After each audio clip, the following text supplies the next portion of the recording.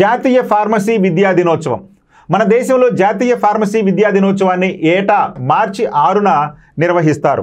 ఎందుకయ్యా అంటే భారతదేశంలో ఫార్మసీ విద్యకు పితామహుడుగా పేర్కొనే ప్రొఫెసర్ మహదేవ్ లాల్ ష్రాఫ్, దీన్నే షార్ట్ ఫామ్లో ఎంఎల్ ష్రాఫ్ అని చెప్పి పిలుస్తూ ఉంటాం. ఈయనే ఎంఎల్ ష్రాఫ్, మహదేవ లాల్ ష్రాఫ్ అని చెప్పి పిలుస్తాం ఆయన. సో ఆయన జయంతి సందర్భంగా ఆయన జ్ఞాపకార్థం ఫార్మసీ కౌన్సిల్ ఆఫ్ ఇండియా, అంటే pharmacy council of India PCI ప్రకటించింది. అంటే ఈ PCI అనేటువంటి సంస్థ ఈ యొక్క భారతదేశంలో ఈ ఫార్మసీ విద్యకు పితామహుడుగా అభివర్ణించేటటువంటి ప్రొఫెసర్ మహదేవ్ లాల్ ష్రాఫ్ జయంతి సందర్భంగా ఈ యొక్క ఫార్మసీ కౌన్సిల్ ఆఫ్ ఇండియా ఈ ఫార్మసీ విద్యా దినోత్సవాన్ని జరుపుకోవాలని ప్రకటించడం జరిగింది.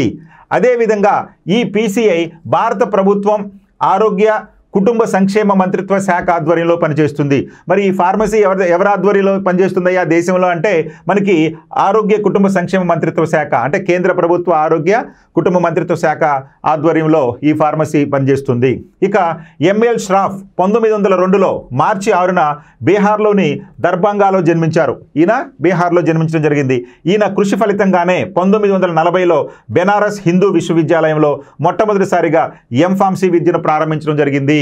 సో బెనారస్ విశ్వవిద్యాలయంలో ఎంఫార్మసీని ప్రవేశపెట్టడం జరిగింది ఈయన కృషి ఫలితంగా 1940లో. సో ఈయన జన్మించినటువంటి ఈ యొక్క మార్చి 6ని దృష్టిలో పెట్టుకొని ఆయన గౌరవార్థం ఈ యొక్క ఫార్మసీ కౌన్సిల్ ఆఫ్ ఇండియా ఈ యొక్క జాతీయ ఫార్మసీ విద్యా దినోత్సవాన్ని నిర్వహించడం అనేది జరుగుతుంది.